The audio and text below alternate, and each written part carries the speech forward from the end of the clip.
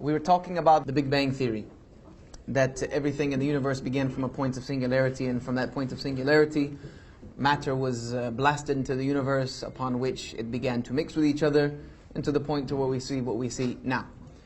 There became a problem with this theory when telescopes were placed out into space that could see across the expanses of the universe and take temperature readings and see the microwave background radiation of the universe, etc. What they came to realize was that the universe was a little bit more perfect than they first suspected, because from this blast of matter you would expect to see chaos. I mean, this is just reality. You don't cause an explosion and create order out of it. This is just not what happens. You don't dump every piece of a building into a big bucket, blow it up, and a building comes out. I don't care if you did that and replicated that a billion gazillion times. It would never, ever, ever happen.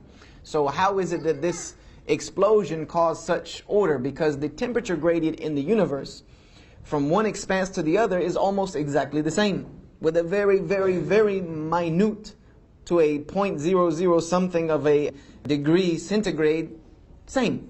Also, the microwave radiation, which is the background of the universe, is completely patterned even from one side of the universe to the other. So how did this happen? So the new theory is the water drop theory. Because if you ever had seen a drop of water, once it hits the plane surface, it creates an initial big explosion of water, then comes back in on itself and then slowly ripples out. This is the new theory on the existence of the universe. That first expulsion of matter, that first Big Bang, was so forceful that it created a vacuum back in on itself, which then mixed every molecule and matter together and then evenly started to spread it out across the universe. It's very, very logical now, isn't it? And the way they tested this was by splattering paint. And that no matter how many times you splattered that paint, you could never get an even coating on anything. So this is the new theory. This is the thing about theories, when they're not based on truth from the one who designed. If you want to know about a painting, you would have to ask the painter.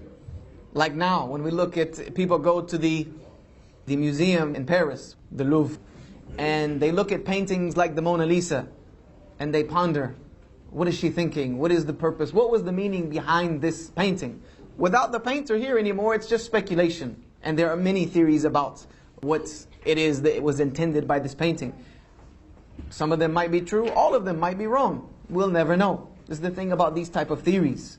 If you want to know about the design, or if you want to know about the existence of something, it must come from the person who designed it. Islam is very simple, that this exists exactly the way it's supposed to, because the Creator designed it to be so. The Creator designed it to be so.